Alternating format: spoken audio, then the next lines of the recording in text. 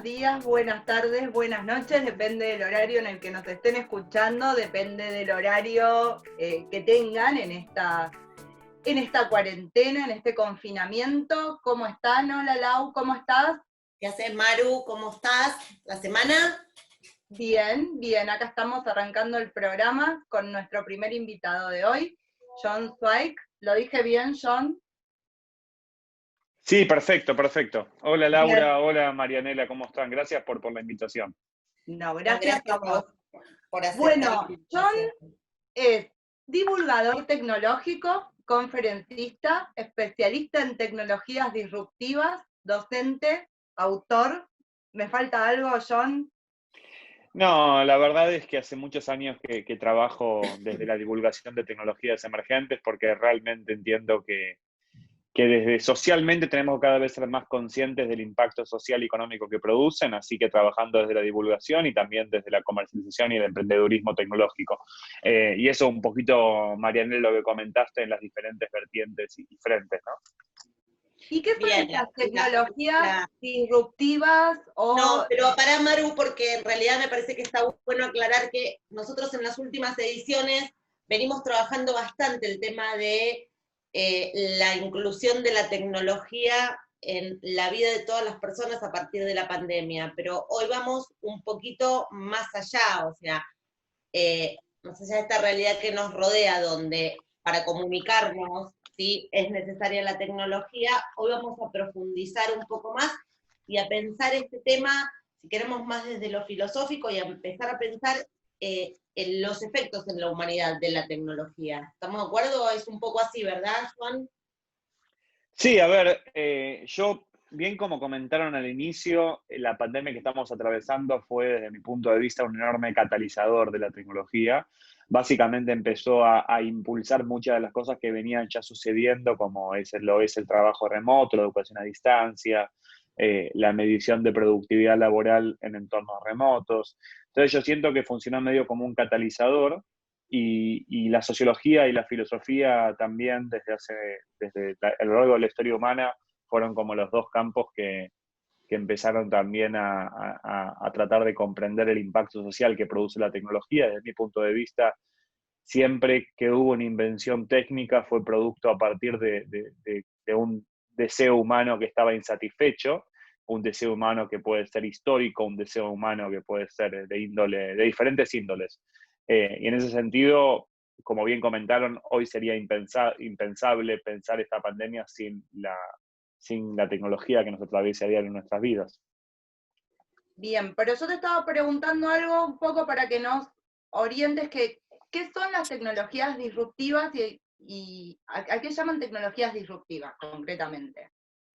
Las tecnologías disruptivas, primero, no son tecnologías que son nuevas, son tecnologías que generan un efecto de un cambio brusco en nuestra vida cotidiana. Y además de ese cambio brusco, que ese cambio brusco puede ser un cambio cultural, un cambio en los modelos de negocios, un cambio brusco en los modelos políticos o legislativos, también lo que es importante comprender es que lo que generan es un desplazamiento. Ese desplazamiento desplaza a una tecnología que quizás está establecida por una tecnología que es mejor en cuanto a niveles de eficacia o niveles de performance técnicas. Por ejemplo, la telefonía móvil desplazó la telefonía fija, la fotografía digital desplazó la fotografía clásica, el correo electrónico desplazó al correo tradicional tal como lo conocemos, porque en cuanto a Igual niveles de eficacia. Sí. Igual ahí justo los ejemplos que estaba, o sea, antes de que dieras los ejemplos, estaba pensando en la fotografía y demás. Igual estamos de acuerdo que en líneas generales esto no es algo que ocurre en forma inmediata, o sea, este desplazamiento lleva un proceso de tiempo. Estamos en un momento donde hay algunos efectos o procesos que se adelantaron. Sí, a ver, lo que bien Laura, gracias por tu comentario. Me faltó agregar una parte que es que las tecnologías también conviven, porque aunque haya un desplazamiento y un cambio brusco en cuanto a niveles de performance técnica, hay mucha gente que sigue usando fotografía clásica o telefonía en línea fija. Es decir, hay un proceso de convivencia. Pero lo que pasa es que llega un punto en la historia de la humanidad donde ese cambio o esa adopción es abrupta, porque hoy, por ejemplo, imaginarnos realizar un cálculo en lápiz y papel, que es algo que también, es muy normal y que podemos hacer de una forma muy efectiva, pero con la masificación de la tecnología de la máquina de cálculo como la calculadora también, es decir, se fue reemplazada casi en un entorno casi muy, muy abrupto. Como bien comentás, lo que termina sucediendo en esta etapa que estamos transitando, que algunos denominan que es denominada popularmente como la cuarta revolución industrial, es que los tiempos se acotaron mucho, los tiempos son muy dinámicos y hoy en día estamos conviviendo con tecnologías o con puntos de inflexión, técnicos que lo que generan son quiebres en los modos en los cuales entendemos la sociedad y la economía. Bien. Y a ver, ¿vos sos crítico respecto al uso de determinadas tecnologías? ¿Cuáles son los aspectos positivos y negativos que ves de todo esto? No, a ver, la tecnología, primero es importante comprender que la tecnología en sí es una herramienta para el ser humano. Hay como dos corrientes hasta casi religiosas de la tecnología, una corriente eh, que es más quizás más romántica, que la corriente de Arturito de Wall-E, que básicamente comenta de que la tecnología nos va a terminar salvando y agregando muchísimo valor agregado, y una corriente que es más apocalíptica, como diría Humberto Eco, que básicamente es la línea de Terminator, que la tecnología nos va a terminar reemplazando y desplazando y dejando a todos desempleados. Entonces hay como dos grandes corrientes. Entonces yo creo que, como todo, nada en exceso es bueno, nada en exceso es óptimo. Entonces tenemos que ser conscientes y muy críticos del uso de la tecnología, porque obviamente no todo es para todos, y en ese proceso de no todo es para todos también tenemos que empezar a tener, hay efectos humanos que empiezan a trascender, y también tenemos que considerar que la tecnología siempre es superior a la adaptabilidad humana, a nuestra adaptabilidad humana. Es decir, y hoy creo que lo sentimos más todos que nunca, hoy tenemos más tecnología disponible de la que podemos llegar a consumir. Entonces, en ese sentido, yo siento que hay un proceso social también, que surgen realidades sociales que todos atravesamos a diario en este uso intensivo, y yo siento que hay una porción de la sociedad, que por lo menos hablo no en línea personal también y a partir de mis estudios, que está de alguna forma saturada de tanta realidad tecnológica, y más en esta pandemia, donde la tecnología es la herramienta para poder seguir, para poder permitirle que al sector productivo que siga rodando y que el engranaje siga girando de alguna forma, que podamos seguir agregando valor, una porción empleadora que puede seguir tomando esa tarea. Entonces, yo siento que obviamente hay un impacto y yo soy muy crítico de eso. Yo siento que la tecnología es un gran motor de cambio social, que no es el único, pero sí es un gran responsable de muchos de los avances que tuvo el mundo a lo largo de la historia humana, como por ejemplo permitirnos hoy en día tener un promedio mundial de expectativa de vida de 85 años, 83, 85 años de promedio de vida mundial, la reducción de la mortalidad infantil, la descentralización del conocimiento mediante Internet, la accesibilidad que hoy en día tenemos, eso también es fundamental. Hoy en día tenemos un nivel de accesibilidad y un nivel de posibilidad de producción que antes era inimaginable en algún punto. Entonces, yo siento que por un lado es un gran motor de cambio social, pero por otro lado, con esta evolución tan dinámica y tan grande que está teniendo, también tiene efectos sociales y efectos también económicos en los modelos de negocio, en el segmento PYME o en los modelos sociales de relacionamiento social, en las formas de relacionarnos, que también empiezan a surgir varios signos de pregunta y varios grises que tenemos que empezar a ser muy conscientes al respecto. Bien, y ahora que hablabas de la irrupción a partir de la pandemia, vos lo hablabas en lo laboral. En educación escolar, también irrumpió la tecnología. Nosotros veníamos hablando en otros programas con especialistas en educación y en realidad todos coincidíamos que tenemos la escuela de hace 100 años. ¿Crees que la tecnología llegó a las escuelas para quedarse, que requiere algún cambio? ¿Qué opinión te merece al respecto? A ver, yo creo que, y hubo cito a un colega tecnólogo, especialista también en innovación tecnológica, que es Santiago Bilinkis, que hace muy pocas semanas comentó en un artículo que, según su perspectiva, la educación en los últimos 2 meses evoluciona mucho más que en los últimos 15 años.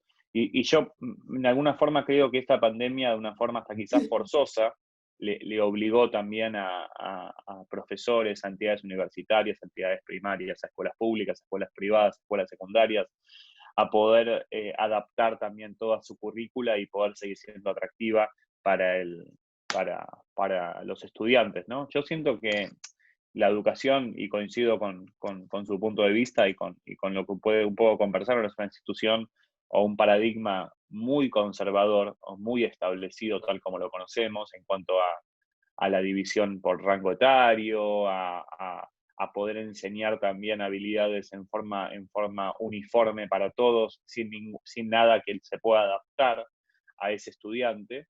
Y yo creo que, o mi visión, esa es mi visión personal, pero creo que la información como tal en estado bruto para los próximos años va a empezar a carecer cada vez más de valor. ¿Por qué? Porque la información está, y a medida que el mundo tenemos mayor accesibilidad y mayor presencia de Internet y mayor presencia de tecnología, yo siento que la información va a estar. Ahora, la gran pregunta es qué hacemos con esa información, o qué valor podemos agregar, con qué valor agregado le podemos dar a esa información, o cómo filtrar esos mares de información que nos rodean, porque hoy en día estamos rodeados de información y también saturados de tanta información, esa porción de sociedad que está conectada a Internet hoy en día. Entonces, yo siento que hoy más que nunca el rol de los profesores y de los maestros, sin importar el grado o el nivel que estamos hablando en forma educativa, pero tienen que funcionar como guías también y que puedan también fomentar, y yo siento que realmente las escuelas tienen que convertirse en laboratorios, porque hoy en día con la cantidad de tecnología que hay disponible, siento que es una oportunidad también muy grande para permitir la experimentación, para permitir también el probar también. Entonces, yo siento que más allá y un poco saliendo del ecosistema un poco macro, siento que la educación que necesitamos empezar a modificarla. Y yo, por ejemplo, creo que por ejemplo, el ciclo lectivo en ese sentido argentino debería correrse con esta pandemia que estamos atravesando. No podemos seguir permitiendo que chicos pierdan días de estudio. Entonces, ¿por qué no se habla de correr el ciclo lectivo de septiembre a marzo, por ejemplo? Porque me parece que la educación no es un chiste y yo no creo que tenemos que permitir en ese sentido seguir perdiendo o seguir nada.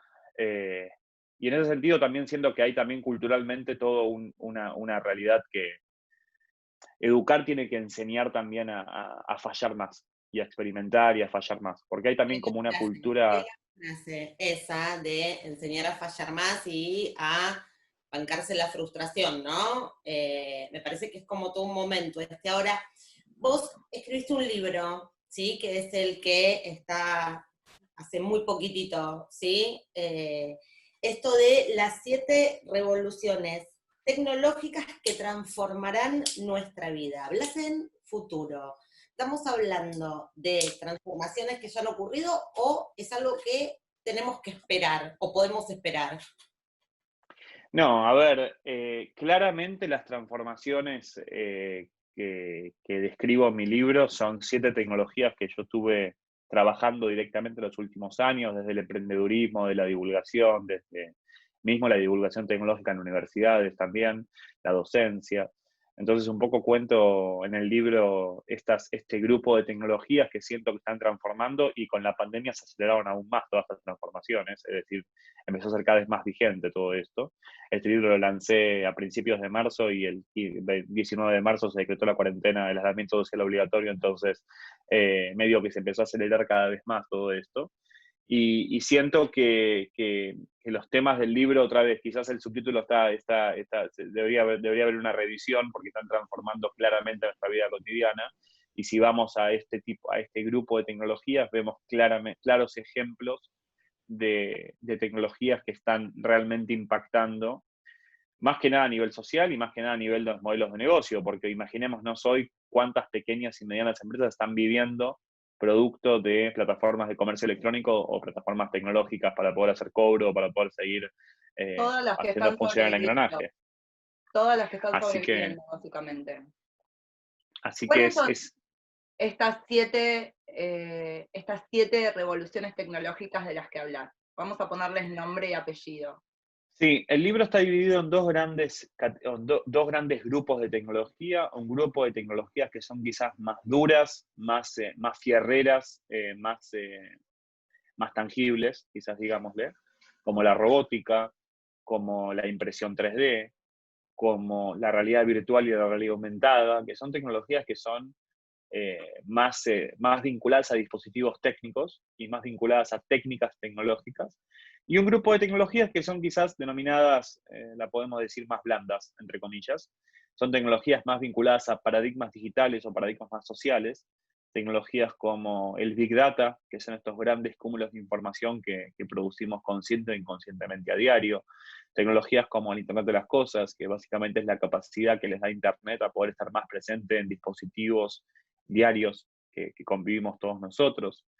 Tecnologías como blockchain y las criptomonedas, que empiezan también a poner en jaque el concepto de economía tal como lo conocemos.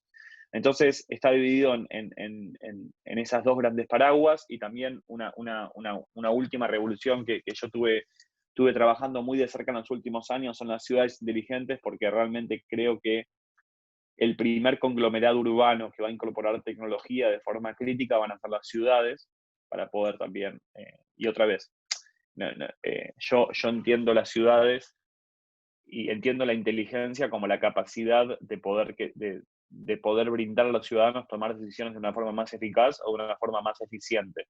¿Me Entonces, pones un ejemplo cotidiano? sí, a ver, Inteligente, ¿no?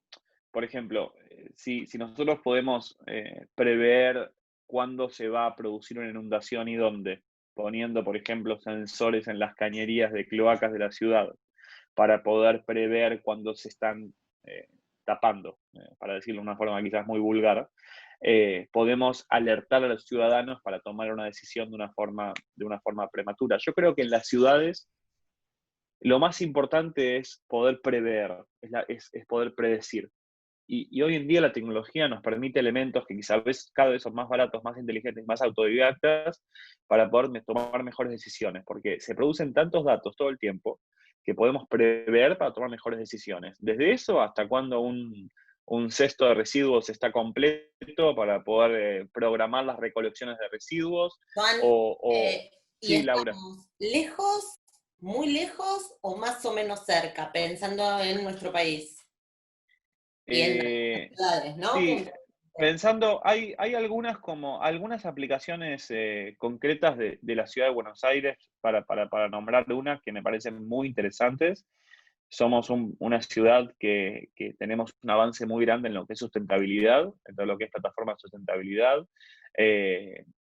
Creo que estamos haciendo, el camino trazado hasta el momento es correcto, pero creo que todavía hay mucho camino por recorrer. Siempre tenemos que recordar que la tecnología avanza mucho más rápido que la política, entonces hay una brecha ahí en el medio que tenemos que empezar cada vez más a trabajar.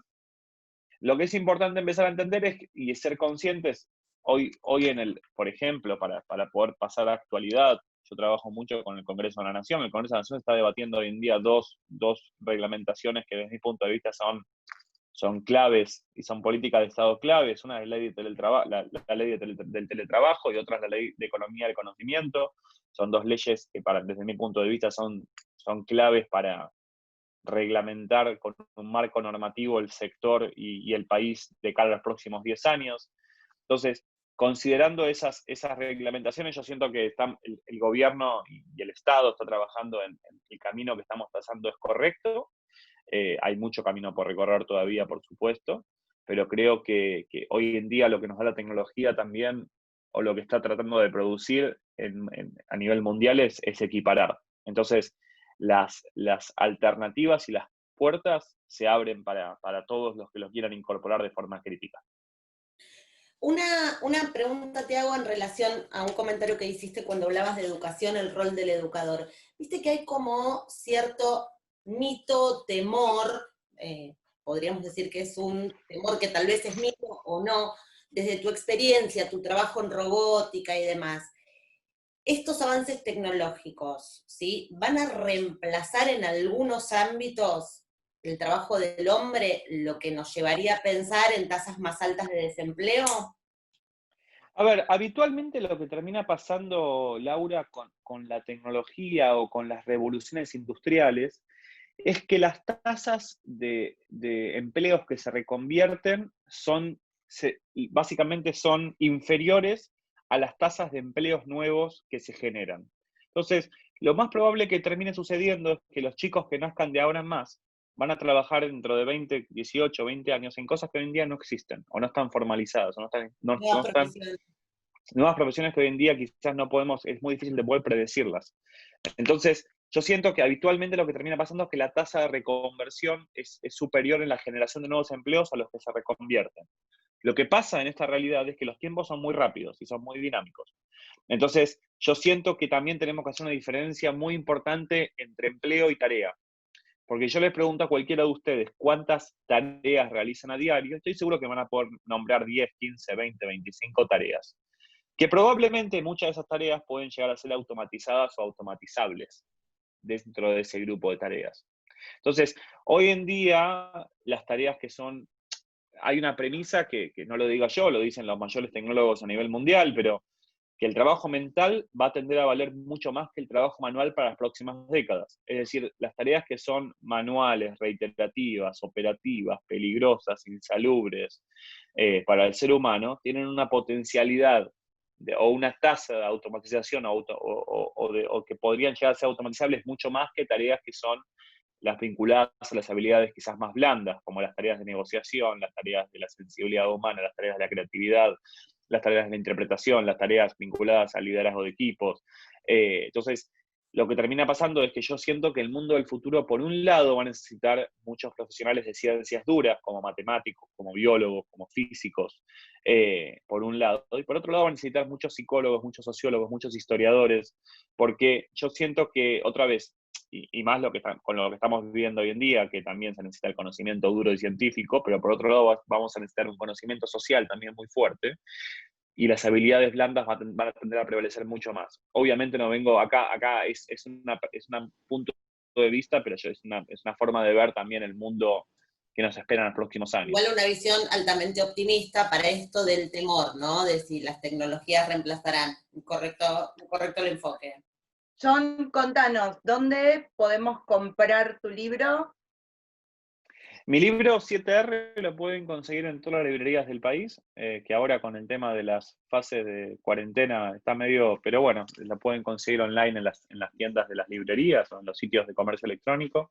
También lo editamos en soporte digital, en ebook y también en audiolibro, para los que lo quieran escuchar. Se puede conseguir por Google Play o por Audible, es una especie de Spotify de audiolibros. Así que los invito a escucharlos. El libro tiene como objetivo servir de manual para empezar a comprender todas estas cosas que estamos conversando y cómo la tecnología impacta social y económicamente. Y traté de que el libro también sea muy argentino, porque desde mi punto de vista, y siempre lo recalco esto, Argentina es un enorme exportador mundial de talento vinculado a tecnología, y tenemos que poner también el foco y cada vez más ser conscientes de eso y proteger esa industria, que hoy en día es el tercer sector exportador del país, porque realmente estamos hablando de un sector que cada vez, si jugamos bien las cartas, va a tener cada vez más valor agregado para el país para los próximos años. Bueno, Joan, ha sido un gusto. Joan lo pueden escuchar, da charlas en un montón de medios, escribe, pueden entrar a su página. ¿Querés decirnos tu página, Joan, para cerrar? Sí, Joan, Joan, y mi apellido es C-W-A-I-K, y latina cada de kilo. Todas mis redes son iguales. Gracias, Marianela y Laura, por el espacio. Lo que pueda ayudar, lo que pueda complementar, punto de vista respecto a todo esto que estamos conversando, cuenten 100% conmigo para poder debatir. La verdad que siempre aportar un granito de arena para seguir debatiendo sobre estos temas y poder seguir obteniendo nuevos enfoques y nuevos puntos de vista siempre es un placer. Clarísimo. Muchísimas gracias. Muchas gracias. Les recomiendo el canal de YouTube, que tiene unos videos muy esclarecedores también. Muchas gracias, Marianela. Bueno, un beso grande. Gracias. Chau, chau. Bueno, y acá estamos con nuestro segundo invitado en el día de hoy, Federico Garuffi Becerra. Fede, licenciado en Administración de Empresas, fundamentalmente emprendedor, ¿sí? Trabaja en un proyecto de investigación sobre Bitcoin. Federico es el que fundó la tarjeta Pinamar, lidera el proyecto Bitcleta, que ahora nos va a contar un poco de eso, lugares donde se capacita y se dan herramientas, pero es el tema del que nos va a hablar. La realidad es que recién en este programa, hablando de tecnologías, surgió, así como al pasar el tema de las criptomonedas y los bitcoins bitcoins. Y con Federico lo que querríamos tener es casi una charla de Bitcoins for Dummies, Bitcoins 1, introducción al Bitcoin 1, hablar un poco de las criptomonedas. Maru, arrancas vos con la nota que Fede para esto. A ver, yo quiero saber qué son las criptomonedas en general, qué es un Bitcoin en particular, pero no quiero que nos lo expliques a nosotras. O sea, se lo vamos a explicar al dueño de la verdulería de la esquina, que con todo esto de la pandemia le está yendo bien y no quiere comprar dólares, quiere hacer otra cosa. Bien. Bueno, primero es un placer estar con ustedes, gracias por la oportunidad. Y antes de empezar, quiero abrir un paréntesis y destacar la importancia que tiene este tema en la vida de las personas y lo que está causando esta tecnología en distintos sectores de la economía. Está mejorándola, las está haciendo crecer y de alguna manera las está reinventando. Como bien ustedes denominan en su programa, yo utilizo este término relacionado al cambio de paradigma que tiene que haber en un proceso de cambio, justo como el que estamos viviendo. Y es importante abrir la cabeza, la forma de ver las cosas para entender estos nuevos temas y estos cambios de paradigma. Por ejemplo, blockchain, Bitcoin y criptomonedas es una tecnología. Yo la considero una tecnología tan disruptiva que viene a cambiar la vida de las personas. Una de las tecnologías más disruptivas de los últimos 10 años, diría yo. Para entrar en contexto, tengo unos datos duros que va a servir para, de alguna manera, hacer una bajada y entender el alcance de esta tecnología. Hoy por hoy, el mercado de las criptomonedas está compuesto por 268 billones de dólares. Se mueven 268 billones de dólares. El 63% lo tiene Bitcoin, que ahora vamos a ver que es la primera criptomoneda y la más conocida, la que tiene más participación del mercado. Y el resto, el otro 37%, lo tienen las demás criptomonedas, que se llaman altcoins, el resto de las criptomonedas del mercado. Las criptomonedas son más de 5.000, fue creciendo a lo largo del tiempo y se van emitiendo cada vez más. Cada proyecto, cada criptomoneda tiene un proyecto y una tecnología atrás, que viene a solucionar de alguna manera un problema específico. Las criptomonedas en general tienen el código abierto. Esto pasó cuando se desarrolló Bitcoin, lanzaron al mercado el código y quedó abierto para cualquiera que quiera crear su propia criptomoneda. Ustedes, por ejemplo, podrían crear su cripto. Y para terminar de darle un marco para empezar la charla, si hubiesen comprado un Bitcoin en 2010, cuando se lanzó la moneda, por ejemplo, $100, y lo hubiesen vendido en el pico más alto, que fue en 2017, que llegó a $20.000, hoy tendrían $2 millones.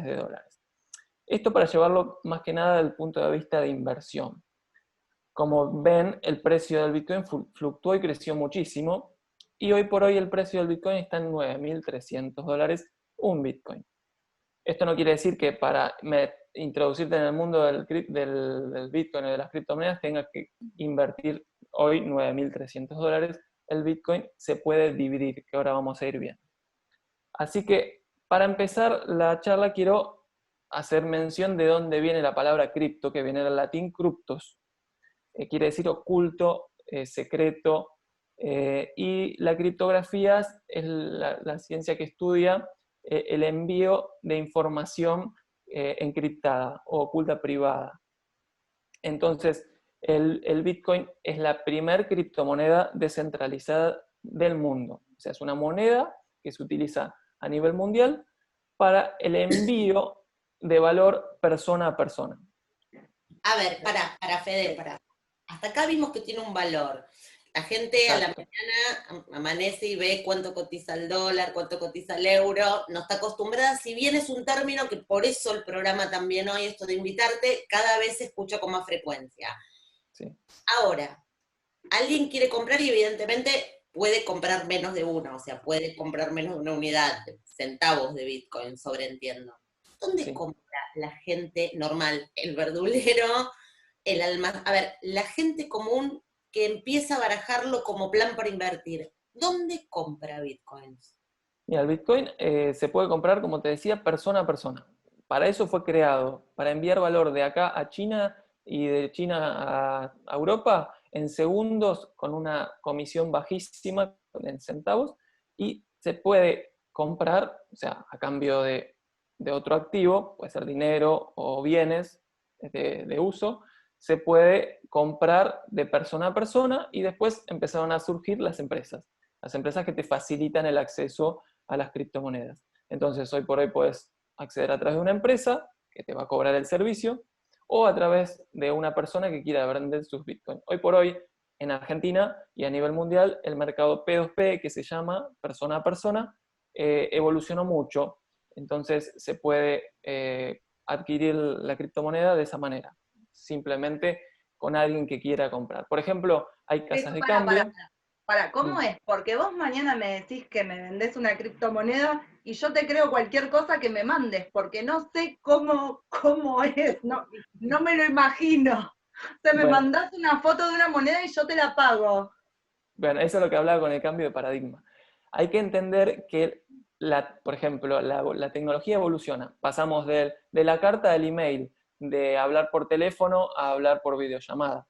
Entonces, el dinero evoluciona. El dinero que conocemos, el papel, viene de una evolución. Empezó por el canje de piedras preciosas como el oro, pasó a la moneda, al billete, y hoy tenemos las monedas digitales.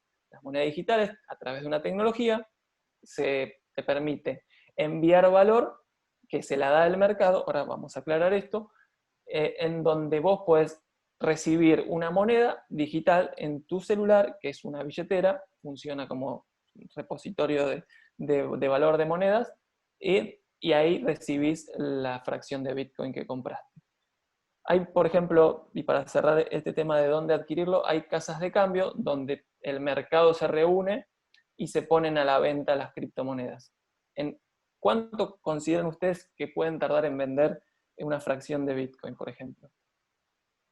No tengo ni idea. Bueno, menos de un segundo. O sea, porque la demanda es tal que mucha gente está comprando y vendiendo en el mismo momento. O sea, es un cambio total de paradigma que nos lleva a pensar un montón de cosas y hacia dónde va el mercado, en este caso financiero. Federico, Las y es mucha gente. sí, Tiene que ver con el mundo, en Argentina también. ¿Esto se da sí. como fenómeno? Sí, hay microclimas, por ejemplo, en Argentina hay muchos grupos, bueno, el ecosistema argentino fue creciendo a lo largo del tiempo. En este último año también creció muchísimo por el tema que tenemos financiero, la inflación y demás, pero a nivel global también siguió creciendo a pasos agigantados, diría yo. Así que si quieres comprar o vender criptomonedas, hay exchanges que se llaman, o criptomercados, y hay empresas especializadas, o la opción más común es el P2P, que fue por lo que se creó. Importante tener en cuenta las características del Bitcoin. Es seguro, por ejemplo, una vez que se envían fracciones de Bitcoin no se pueden cancelar, o sea, una vez que se envía, le llega a la persona en minutos y no se puede volver atrás, a menos que la otra persona te los envíe. Es anónimo y privado, esto quiere decir que no aparece tu nombre en las transacciones ni en la blockchain, que ahora lo vamos a ver, no quiero profundizar mucho, pero es la tecnología que hace posible el envío del dinero. Es económico, como te decía, sale centavos hacer un envío de dinero de acá a cualquier parte del mundo, y es muy fácil, no necesitas abrir una cuenta bancaria. Al estar descentralizado no dependes ni del Estado, ni de una empresa, ni de una organización que controle el funcionamiento de la tecnología y de que haga de garante del envío del dinero. Federico, te hago una Sí. pregunta. ¿Todo esto no genera que sea una forma de mover dinero en negro? Mira, el mercado informal existió y creo que va a existir siempre, antes que exista el Bitcoin y las criptomonedas. No, igual Tenía, no lo estoy juzgando, estoy preguntando si no no, es una forma de mover plata en negro, plata del narcotráfico, ese tipo de cosas. Sí, es una pregunta que frecuentemente me hacen, y siempre existió en el mercado informal. Lo mismo se relaciona con la parte impositiva, pero el mercado Bueno, narco, pero ahí las está, cosas ilegales... esto que vos te estás contando de la tecnología, el blockchain, esto que es anónimo y demás, ¿no facilita desde el desconocimiento, digo, no facilita más este movimiento informal que existe y existió en todos lados? O sea, Mira, hoy por hoy, menos del 1% de la población conoce y utiliza criptomonedas o bitcoins. O sea, es una tecnología que está dando sus primeros pasos, que viene rápido, sí, que va a evolucionar mucho, también. Entonces, lo que hay que tener en cuenta es que antes del Bitcoin existía el mercado informal y creo que va a seguir existiendo. ¿Cómo utilices la herramienta? En este caso, la blockchain, las criptomonedas, depende de vos, de tu ética. Entonces, siempre, si bien. vos la querés utilizar para cosas ilegales, se pueden utilizar. Hoy por hoy hay una especie de nebulosa en lo legal e impositivo. Por ejemplo, en lo impositivo deberías declarar y contribuir al Estado por tu ganancia en la inversión que realizaste. Por ejemplo, compraste a un precio bajo y lo vendiste a un precio alto, ese rendimiento deberías, como buen contribuyente, declararlo y contribuir al Estado. Pero vuelvo a lo mismo, depende de vos, de tu buena ética y de tu responsabilidad social para utilizar la herramienta en pos de beneficio de la sociedad o en contra. Bueno, pará, vamos a ponerlo más suave. El verdulero de la esquina, el que le iba bien, estaba Sí, entre comprar dólar blue, porque la verdad es que no venía facturando, ¿sí? sí, Dijo, bueno, compro dólar blue, se lo iban a vender 130, 132, lo estaba consiguiendo, sí. compro criptomoneda, es lo mismo, o sea, no queda declarado en ningún lado. Si lo compras en una empresa, sí, la empresa te va a facturar y se va a realizar la transacción legalmente. En el Si lo, persona a persona, no. En el persona a persona no, es un mercado informal en donde una persona quiere vender sus activos y vos los recibís. A cambio, le podés dar o pesos o dólares o cualquier activo. Eh, no existe cepo, que hoy estamos acostumbrados al cepo en $2, o sea, puedes comprar lo que quieras. No hay un mínimo, puedes comprar 100 pesos, mientras que haya alguien que te lo quiera vender. Puedes acceder a este activo digital que también sirve como reserva de valor y que tiene una característica que no tiene inflación, al contrario, tiene tendencia alcista por un proceso de emisión que hace que no se emitan más de la cantidad preestablecida en el lanzamiento de la moneda. O sea, Bitcoin, por ejemplo, se estableció en su lanzamiento que se iban a emitir 21 millones de Bitcoin.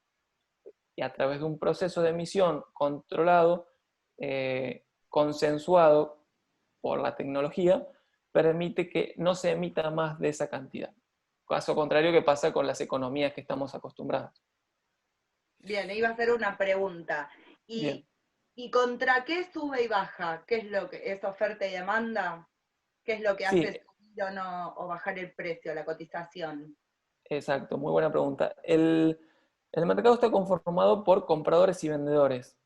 Entonces, cuando hay mucha oferta, mucha demanda, el precio tiende a aumentar. Entonces, cuando vemos que el precio se dispara es porque hay mucha gente comprando. Así que el precio es pura y exclusivamente descentralizado y generado por la oferta y la demanda. Fede, y a ver, en transacciones domésticas, ¿sí? ¿Se usa, digo, qué compras? Como uno ya empieza a estar acostumbrado con Mercado Pago, o sea, a partir de un dispositivo móvil. Primer pregunta, ¿se puede? Dos, ¿se puede cómo? En la transacción cotidiana de la gente común. Bien. Primero está la parte técnica, que uno tiene que tener una billetera en donde tiene que tener bitcoins o criptomonedas. Una vez que las tenés en tu billetera, podés ir a comprar a cualquiera que tenga una billetera. Entonces, como pasa, muchos hoy conocen el sistema que tiene Mercado Pago, que se captura el QR y se envían los pesos de una cuenta a la otra. Funciona más o menos parecido, con otra tecnología más segura, donde se envían los saldos de Bitcoin. Por ejemplo, el Bitcoin es un activo financiero especulativo que se utiliza para especular financieramente. Hay otras criptomonedas que son más estables, y que se utilizan para hacer transacciones, como bien vos lo decís. Entonces, sí, hoy por hoy el caso más visible que conozco es el de Garbarino Viajes, que en su plataforma acepta pagos con Bitcoin. Entonces uno puede comprarse un paquete turístico pagando con sus criptomonedas. Después tenemos, en Argentina ya tenemos cajeros automáticos y un montón de empresas que se dedican a este tipo de facilitar las transacciones. Bueno, vamos a ir cerrando, pero Espérame un segundo. Vos recién hablabas de que el Bitcoin es como más para la timba financiera, ¿sí? Sí, Y hay otras que son más para el uso, digamos. sí. ¿Cuáles son esas otras? No, O si mañana te pido que me aconsejes cuál comprar. Que no bien, sea Bitcoin, porque la timba financiera no me gusta. bien. ¿Cuál me podrías recomendar? Mira, si las vas a adquirir para usar, hay, por ejemplo, monedas que son estables. Depende también mucho de la persona que quiere vender sus servicios. Entonces, la que más se usa, la que más se conoce es Bitcoin. Entonces, la gente como que ofrece sus productos a cambio de Bitcoin. Entonces, depende mucho de la persona que te va a aceptar las criptomonedas. Pero como te decía, hay monedas que son, por ejemplo, estables, que no tienen fluctuación, que valen siempre $1. $1, por ejemplo, el USDT, que es la moneda estable más conocida, que no tiene esa fluctuación que tienen las criptomonedas como el Bitcoin. bien. Bueno, el tiempo se nos está terminando en el programa. Para cerrar, Federico, quisiéramos que nos cuentes un poco qué es la tarjeta Pinamar, ¿sí? Cómo es este proyecto, esto que creaste allí, y de esta organización, ¿sí? Bien. Bicleta. Bitcleta es un emprendimiento que cofundé con mi socio, en donde buscamos impulsar el ecosistema cripto y ayudar a las personas a través de capacitación a entender y a poder invertir con una experiencia previa. O sea, brindamos herramientas a través del trading para que puedan invertir de una manera responsable y con un acompañamiento continuo. O sea, por ejemplo, tenemos un servicio de copy trading que se llama, que hay un especialista, un trader que comparte su estrategia y uno con unos simples pasos para operar puede seguirla. Y por el otro lado, emitimos medios de pago. Tarjeta Pinamar es el primer proyecto que lanzamos en el municipio de Pinamar, que es una tarjeta de fidelizaciones y descuentos, en donde buscamos, a través del medio de pago, impulsar el consumo local.